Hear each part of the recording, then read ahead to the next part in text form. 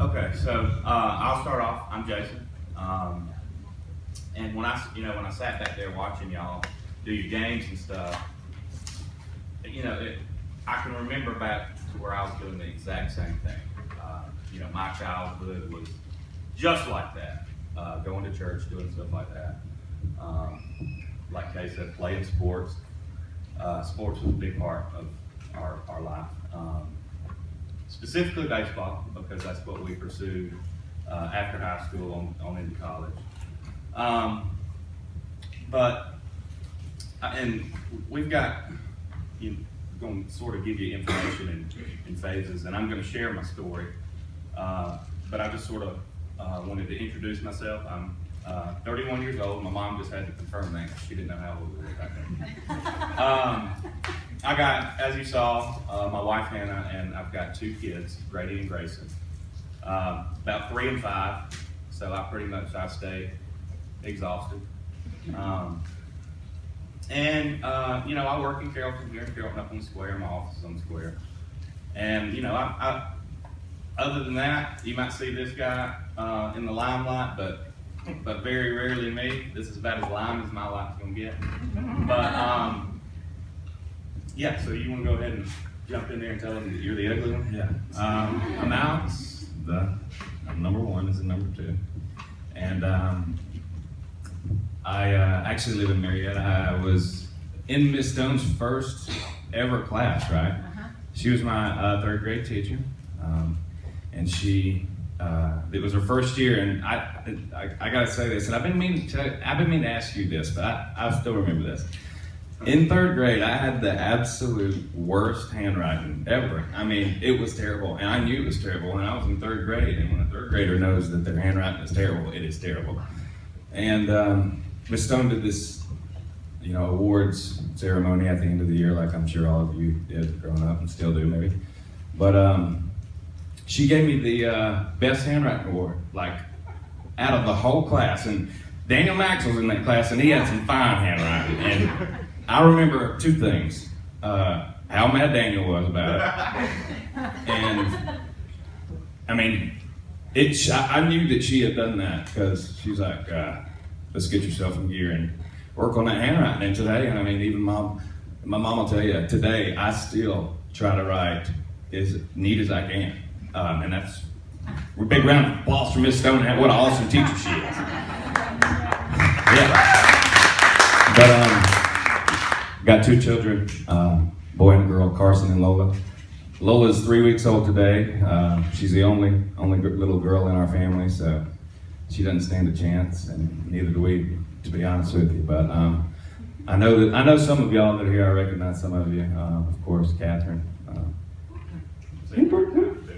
But we like Jason touched on, we just want to be able to let you guys know things that we wish we would have known, when we were y'all's age. And maybe some stuff we did know, but we just weren't a part of, or we weren't making the right efforts. So we're here to try to just kind of give y'all the wisdom that we have gained over the last maybe 10, 15 years. I think y'all are probably, is this middle high school or high school? Or? 6th grade, middle high school. So, we just kind of want to share, some of our stories that you guys can relate to and maybe take something from, and maybe continue your walks a little smarter than we were. So, this is purely for us to try to help you guys, and we're just going to start with some testimony. Jason will go first, so we'll let him kick it off. Okay. I'll just start with probably the most pivotal moment in my life after I had graduated high school. I had started working and made more money than I expected that I would, as a young man working, and I was really invested in work at that time. You don't know, but you will know. they let the gates open and you just fly out and you're thinking, you know, whatever job it is that you're going to do, how can I do this? How can I be the best at it? How can I excel at it? And, you know, it's normal. There's nothing wrong. There's nothing wrong with that. But that's where I was.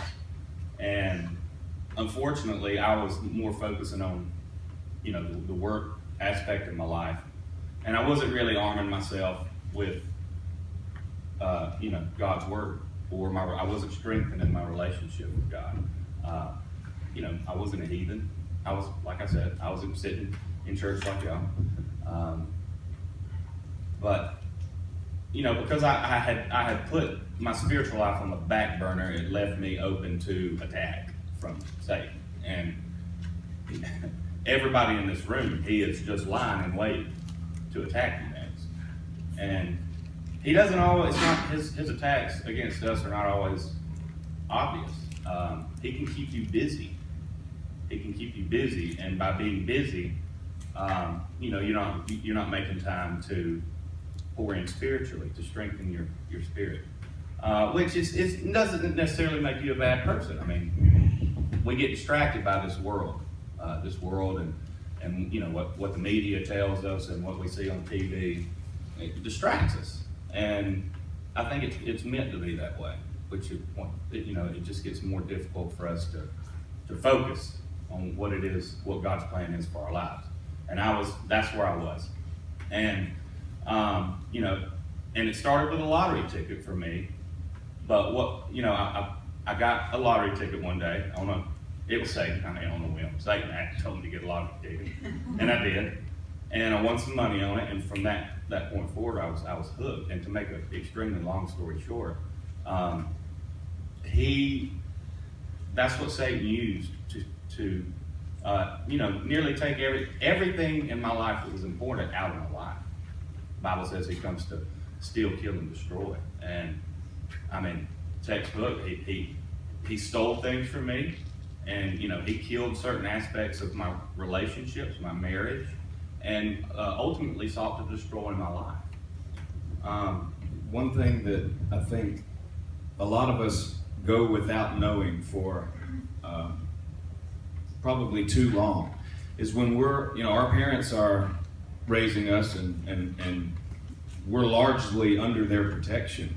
You know, for various stages, you know, infancy obviously, but you know, if you're with your parents and living with your parents, then they assume just a protection over you that is evident.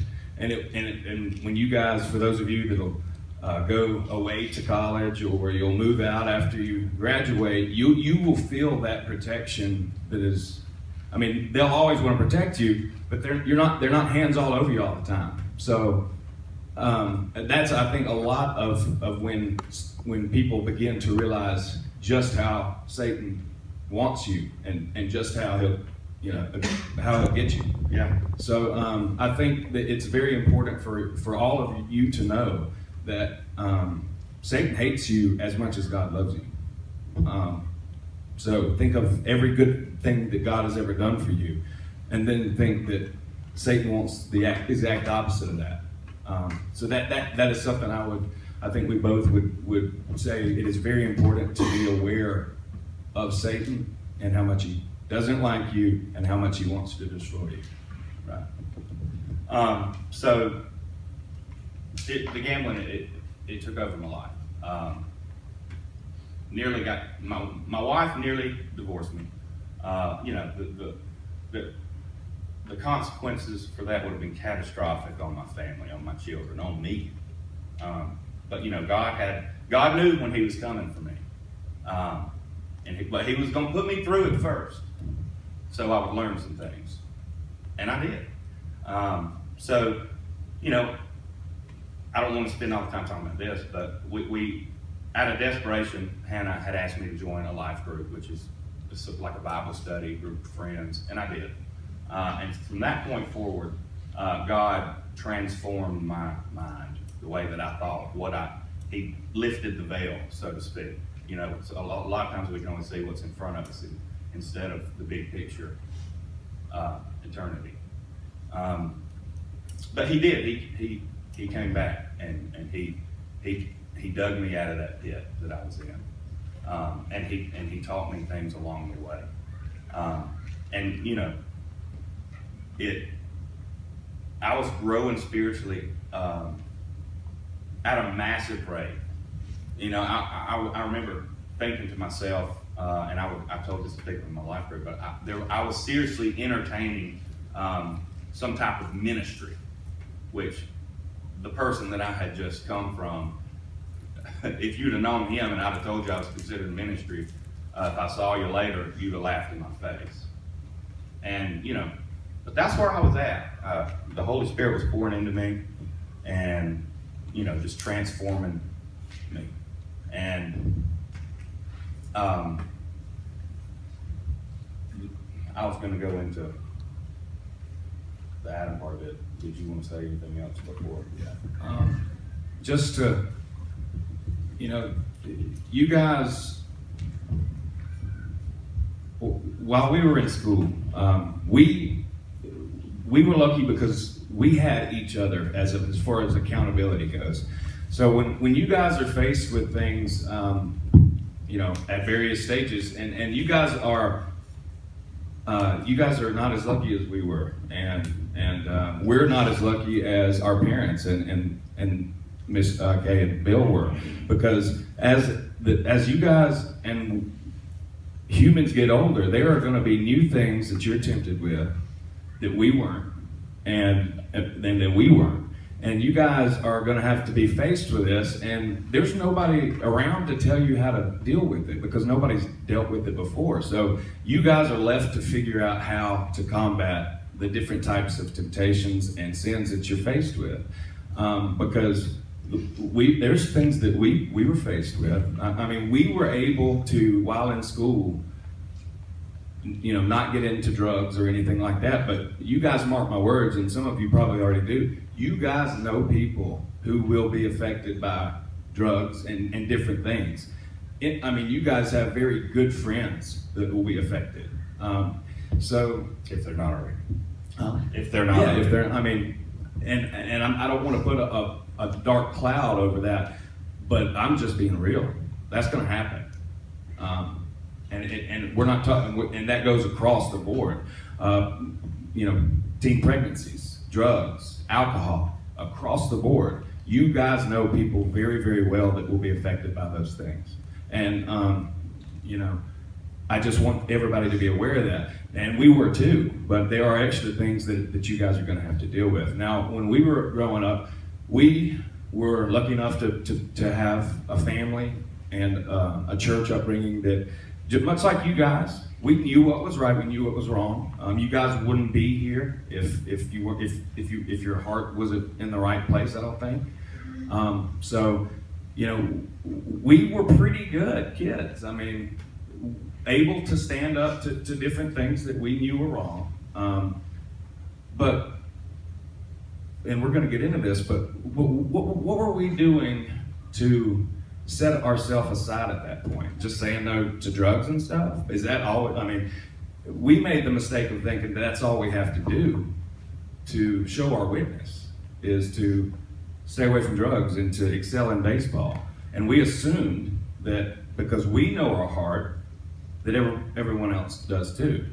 And you guys don't make the mistake of thinking that because you know you're a good person, that everybody else watching you knows the same. Because it's really easy for me, you guys, everybody, it's easy for all of us to think that everyone knows you like you know you. And we'll get into later why that's not the case. So, going back to my story, you know, I had gotten serious about church. I had started intentionally trying to grow closer to God. And that isn't something that happens without you trying, right? It's like you can fall asleep in a float right off the sand at the beach. You can fall asleep and you don't have to kick or paddle or do anything, but you'll wake up and you'll be a long way from home. And it's much the same way with with your Christian walk. You can just be not bad. Okay, you can be a good person. You can be a loving person. But if you're not putting in intentional effort, and I'm talking about intentional like the tanning bed intentional, and intentional like the nail salon intentional, or the Xbox intentional, real intentional, everyday steps to get closer to God, then it doesn't happen. And what you'll notice is the things that you're putting off today, because you're a good enough kid, and like I was a good enough kid, and he was a good enough kid, and you know, I knew there were things that I could be doing, and I thought to myself, well, I'll get to it, you know. Yeah. I mean, you know, I plan on being, you know, a granddad. I you know, somewhere along the way, I'm gonna get to those things, and I'm gonna fix them, and I'm gonna be like my granddad and my dad, and you know, that's when I'll fix those things. But what he was saying about intentional is, you know, I graduated from high school in 2003. You know, given it's 2016, just in the past year, I've been realizing I was still putting off the same things that I told myself 13 years ago that I'd get to. Still putting the exact, it had not made a dent in it. I mean, because I didn't try, because I'm a good enough guy. You know, I was a good enough Christian. I didn't talk about people behind their back, you know. I wasn't, you know, dumping my money into drugs or anything else. But let me tell you, good enough just ain't gonna get it here, because you all have something called, it's your silent witness. It's what, you know, other people take in when they look at you and when they're around you and when they can hear you. It don't even have to be silent anymore. No. Here's a simple question for yourself. If somebody pulls up your Facebook account and they go through the last 2 months, is it going to be clear and evident right off the bat, boom, this person loves Jesus? It's the whole concept of bearing fruit. The Bible talks about, you know, in your faith, your spiritual being, you should bear fruit, showing that, you know, through various ways in your life that you're serious about your relationship with Jesus. And there's been times that I have fully claimed the grace of Jesus and the gift that he provided everybody in eternal life. But I was barren, no fruit. And Take the gift because it was given to you, but you know, bearing no fruit, which is what a lot of people and a lot of Christians, the hole we fall into is we're good enough. And you know, there was something I knew I knew that I wasn't going to really change until until you were, kicked in the gut, yeah. basically. That's a bad place to be. Yeah, and it's because you know, because at that point you know that you're not going to change yourself. When you get to the point where you are waiting on something bad to happen to you, there's no hope for you. You're just going to have to wait till something wakes you up. Right. And you know, yeah, and building off that, you know, the next phase in our lives, in our families' lives, from me being, I was in the best place that I could ever remember being spiritually. Me, I no longer gambled. You know, the gambling thing was not an issue. I used scripture and what I learned in life group and everything that we talked about to drown that person out. And to be honest with you, if you're going through something like that, an addiction, if you're struggling like that, really the only way, in my opinion, that you're going to be able to walk away or to cut those chains is through the help of God. Which is essentially, when you realize that you're not going to change alone, is you're going to have God pour Something bigger than you. His grace into you, right. But you got to, like you said, you have to be willing to receive it, and it's tragic that a lot of people are willing to receive it when they're at the, the bottom of their barrel or the end of their rope. So, as we go farther into, where we are today, it's just extremely, extremely important for you guys to know that if there are things that you feel like you could do better at, we all sin. We were created to sin. You can't walk around every day and beat yourself up for every time you sin knowingly, because we do it and we know about it sometimes, and sometimes we're willing to disobey God, and sometimes we do it on accident because that's how we were created. So, but when you guys are going through your walk at school and with your friends, there will be things that God will lay on you specifically. And it's those things that you guys, when He lays it on you and He shows it to you, those are the ones you can't ignore. Those are the ones that you start, that's the point you start to fix that. Because if you keep ignoring it, God is not, He's a just God, and no one loves you like God loves you. But He is not going to keep showing you guys things to work on forever. He'll do something about it. He's also a jealous God. So that's just a side note for me is, as you guys are in your walk, make sure you pay attention to when God lays something on you, because you guys are all smart. You're a good looking crowd. I can tell that you got a good head screwed on your shoulders, but when He lays it on you, and He will, and you'll know it, just pay attention to it. That's when you start fixing those things, not when something kicks you in the gut and you're on the ground, because that's a good start. That's a good point to start fixing it too. But if you a good place for the devil to find. if you can prevent that from being there, then prevent it. Yeah. So I was on fire for God, and I was writing a guy in our church a letter one morning, because I had decided that I was gonna. He had a financial need, and I was gonna help him out, but I wanted to write him a letter so I could, sort of just share some knowledge with him, some things that I had just learned about God and His grace and everything.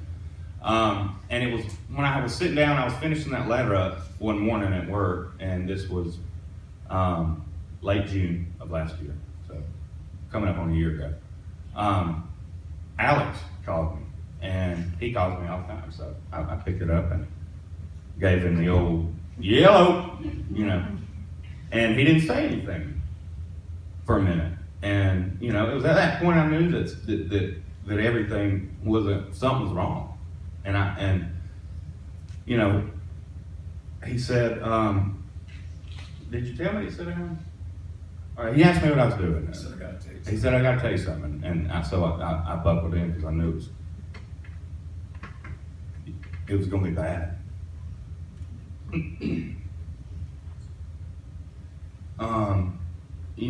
And he went on to tell me that Adam, who a lot of you probably knew, but he's our younger brother, he was 25, and he told me that he had been in a car wreck. And that he had made it. And there's no doubt that there's people in here with brothers and sisters that you are close to and that you love. And we all loved him just like that. And needless to say, that's news that started to break my heart. I could literally feel my heart breaking.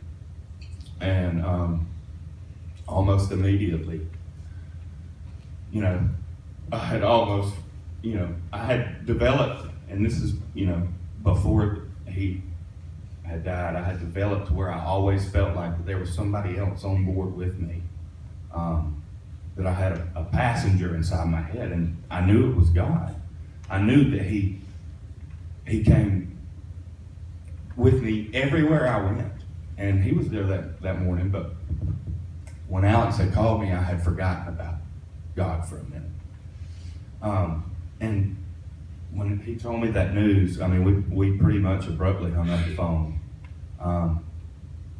And I'm sitting there, and all of a sudden, I hear literally almost with my ears, God tell me, you're gonna be okay. You're gonna be okay. Because I have put you through hell for the last 3 years of your life. So when this moment came, you'd be ready for it. And I understood that. I knew that those nights that I had slept in my office on the concrete floor on a pile of laundry because my wife had kicked me out. And the night before Christmas when I had sat in bed and sobbed thinking about my wife putting out our kids' Christmas stuff, and I was in an empty house. I knew that was necessary for me to get to a low point so God could come get me and walk me back up to a high point to where I could take some news like that in my life. And to be honest with you, I was totally thankful. I was thankful for what he had, the torture. I rejoiced in those sufferings. And Paul in scriptures will tell you the exact same thing. I was thankful that those were a blessing for me to get me to a point where his death would have been the beginning of my own, to where his death, is something that I would be able to handle and furthermore use to glorify God's name. Yeah, and Jason said he plucked him from down below and put him on high ground, and we were in a flood. At that point, it was a flood, and the best place to be in a flood is high ground, and a flood can come at any time, and a flood can be sickness. A flood can be a death of a family member. A flood can be, picking up and moving away from your friends and family. But and Jason has kind of touched on this. And something else that I want to share with y'all because it was something I didn't know. And this is Jason and I we would never bluff a story to go along with what we're saying. What we say is absolutely true, and I say that because sometimes God can be overwhelmingly supernatural. So after I had called Jason and told him, and I had just gotten off the phone with my mom, I said, well, I'll call Jason. And my sister, we have a younger sister, and she works at a salon that my wife also works at. And I said, let me call Jason and then I'll go to the salon. Well, telling Jason took it out of me.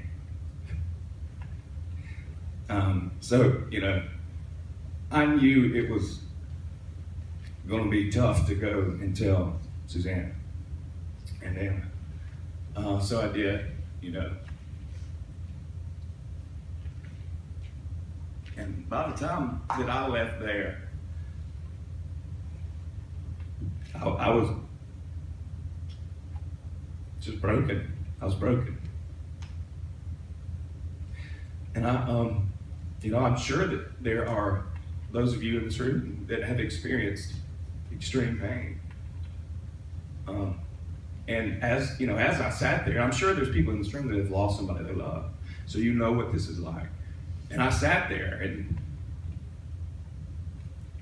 just totally broken. And totally quiet, driving home to get clothes. And I made sure that Suzanne was going to drive Anna home. And I got something they had turned on the radio. Well, I didn't want to listen to the radio. I wanted to sit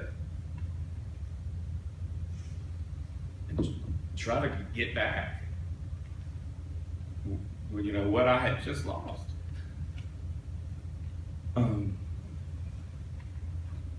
2 seconds down the road, turn on the radio. Well, I said, okay. And I have I don't really listen to a lot of the radio. I usually listen to iPod or whatever. But I knew that Joel Osteen had an XM station, and you know, I don't listen to him every day, but I knew that I could turn it to that and get something, you know, rather than I knew I didn't want to listen to music. And I'm a music guy. I mean, I love music, but I didn't want to listen to music at that moment. So I turned it to Joel Osteen, and Who's a preacher? yeah, he's a preacher, and the first words out of his mouth when I tuned into his station was, "My brother didn't have to die." And at that, you know, like at that point, I thought, what is it? You know, what is this? Why? How could I hear this right now? Well, the rest of that sermon is he was giving a sermon about Martha and Lazarus, and just to give you a brief story, Lazarus laid around sick as a dog for a while. And you know, there were 4 days where they were waiting on Jesus to come. Jesus was coming to heal Lazarus. Okay? So Martha and family are sitting around waiting on Jesus to knock on the door. Jesus didn't come in their time frame, what they thought he was going to come in. But he did 4 days later. This is 4 days after old Lazarus had bit the dust. Lazarus crowed. Jesus showed up 4 days later. And anybody raise their hand and tell me if they know what happened to Lazarus? Jesus got there when they thought they said he's dead. they said you're too late, Jesus. You're too late. My brother died. And that's when at that point is what I heard. My brother didn't have to die, but he did because you're too late.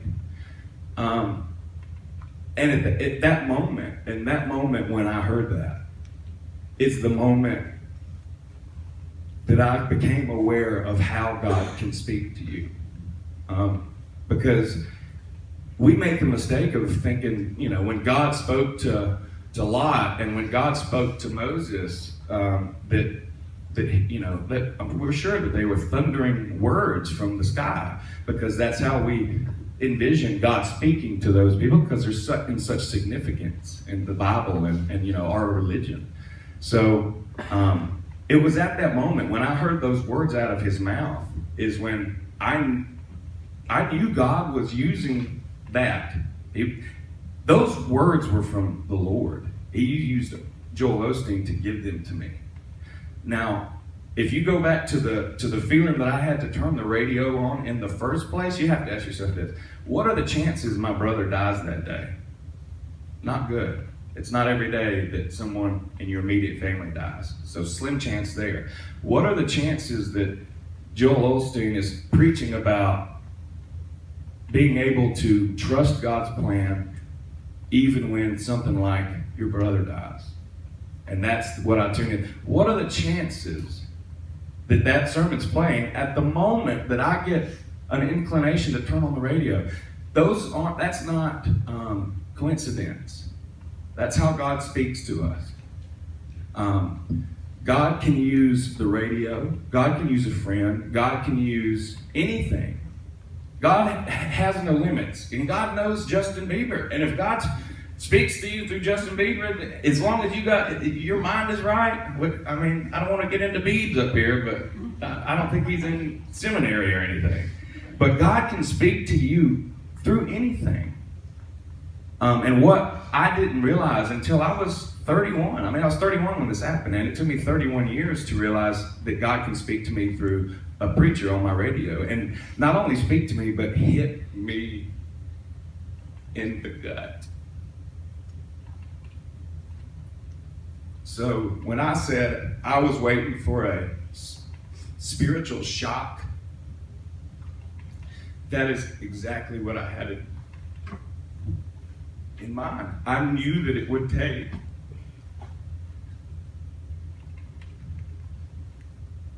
losing somebody that I loved as much as I loved Adam. I knew it would take that. And, I sat around for a long time and just waited on it to happen. And it did. And if I could change anything about the last 15 years of my life, it would have been to be more deliberate and intentional with how you listen to God and how you act on what God tells you. Because you guys all know that you're good people. We're good people. We're Christians. Okay? We are good people, but everyone doesn't know that about you. God knows it about you, but what do we show God? I know that some of you guys are light years ahead of me when I was your age.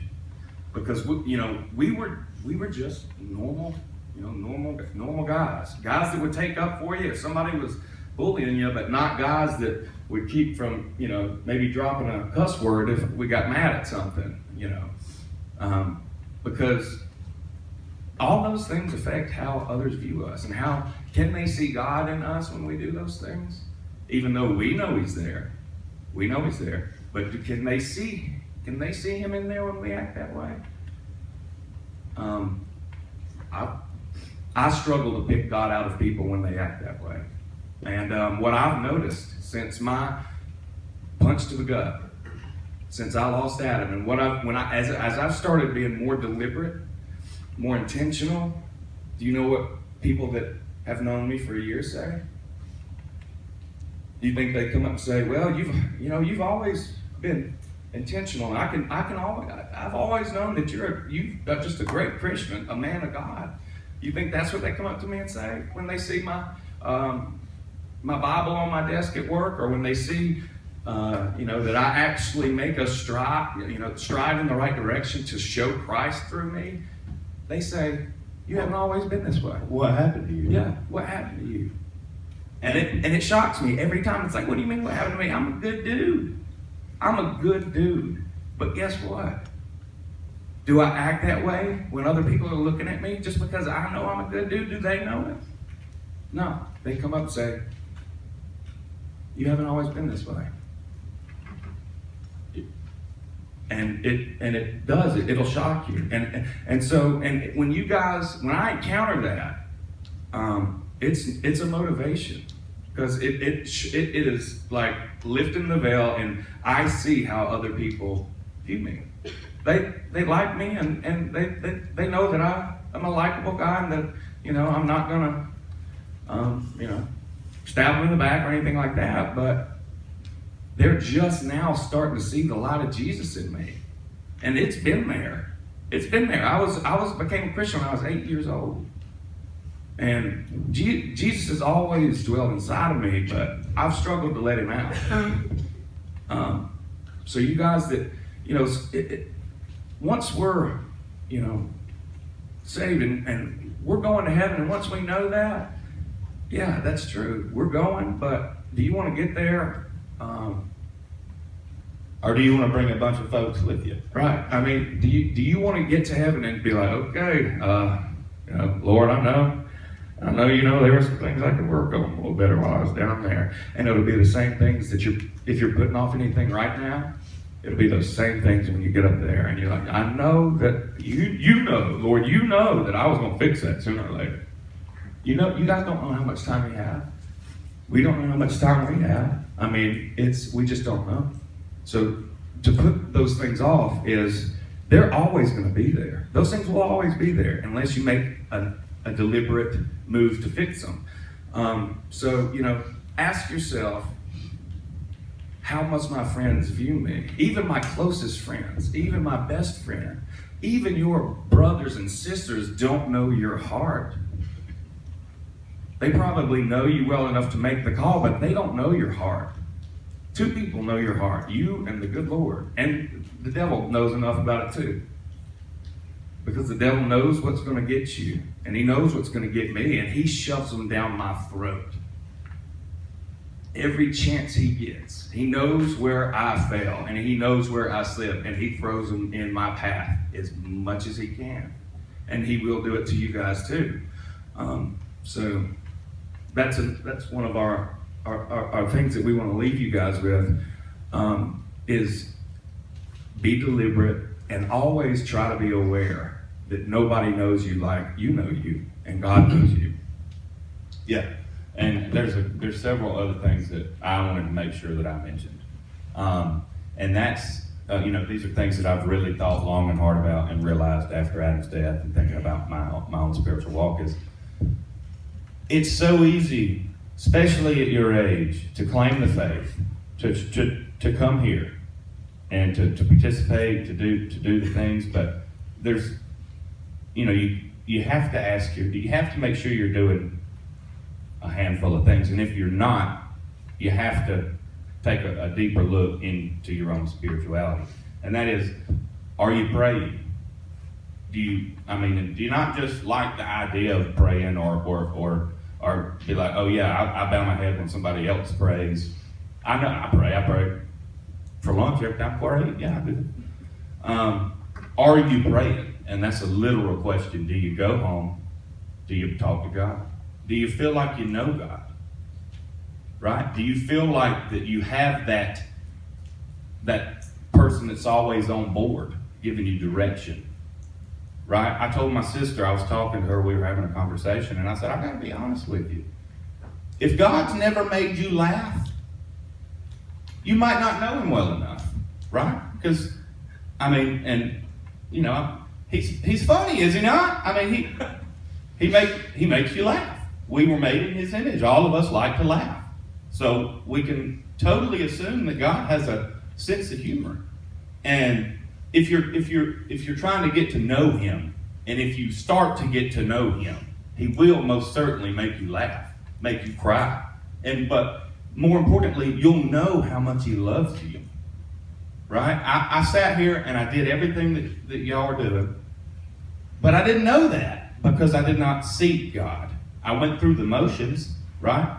I bought the t-shirt for the event that the youth group was doing, and I went and I had hamburgers and hot dogs and a grilled out. We played wiffle ball, and we did all those things, and I identified myself with the church, but I did not take Jesus home with me, right? I did not wake up every morning and like I would think about growing up, my mom or dad or my siblings or now my children, my wife, how's the first interaction going to be with my wife this morning?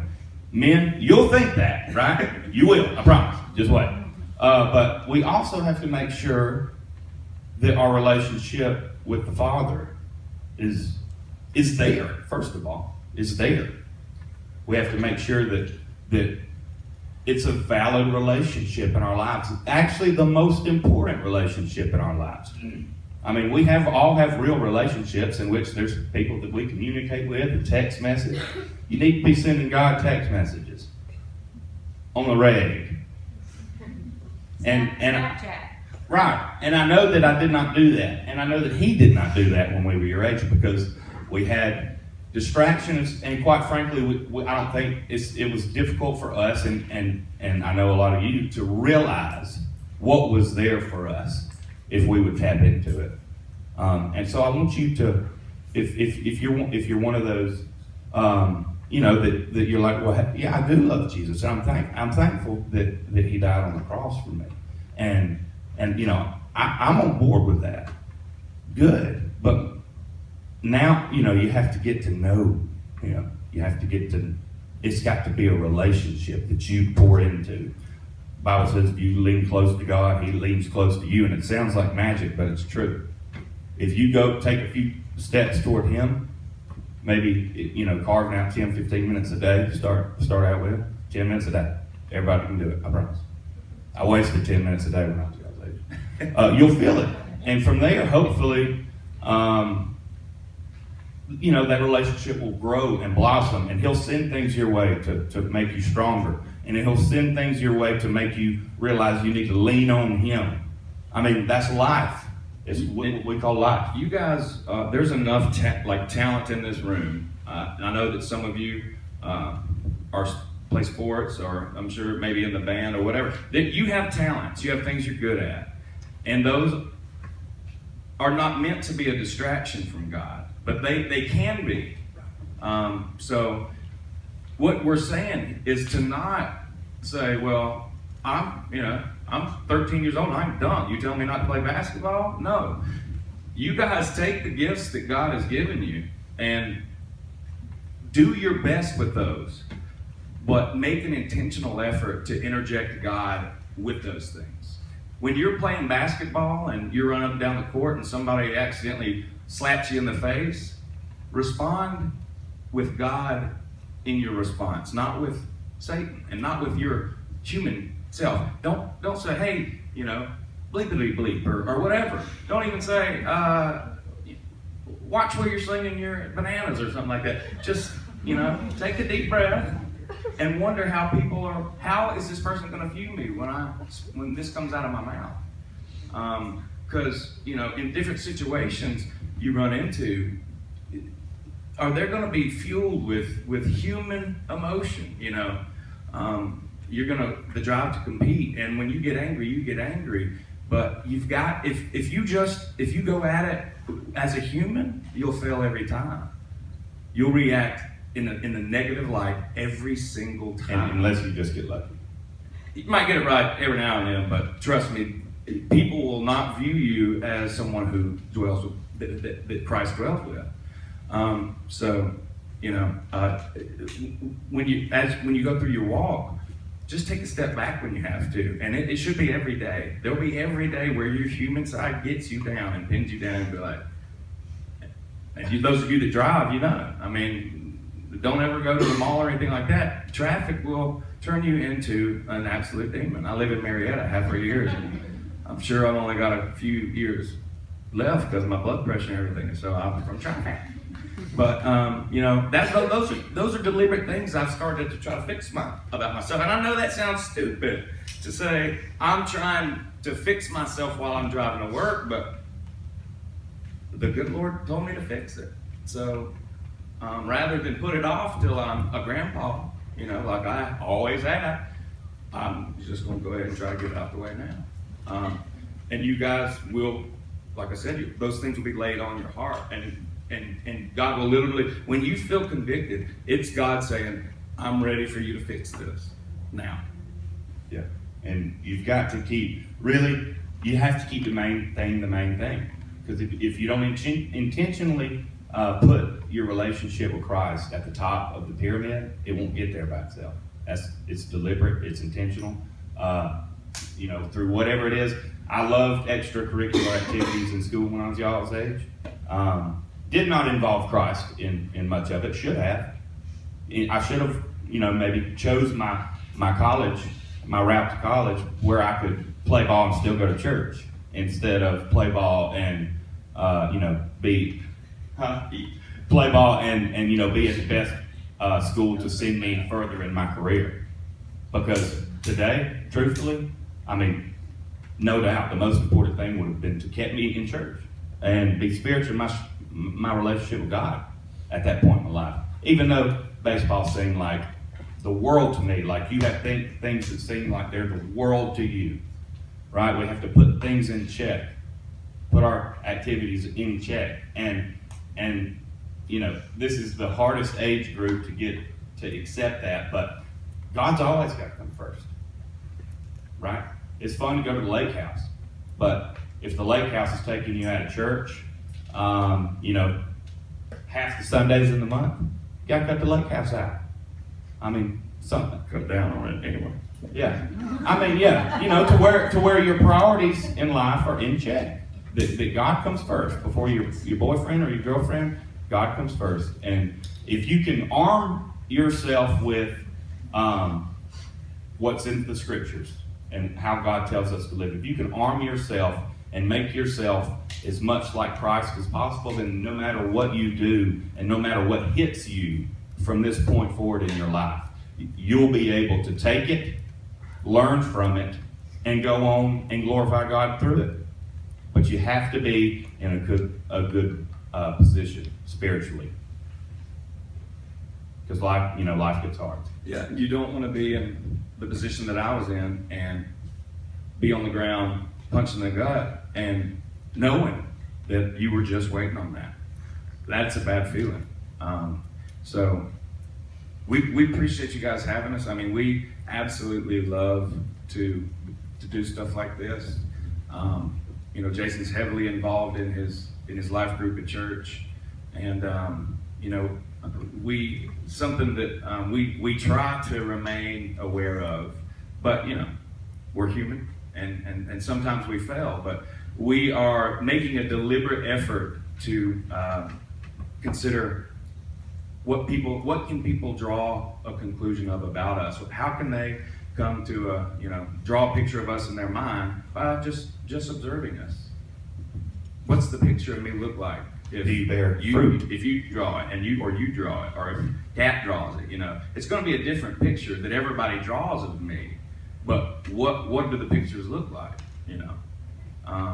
And at the end of your life, when you've got an album of pictures that people drew about you, what do they look like? Always try to remain aware of that. So, Do you want me to pray? Well, first, and first of all, let's all give them a round of applause.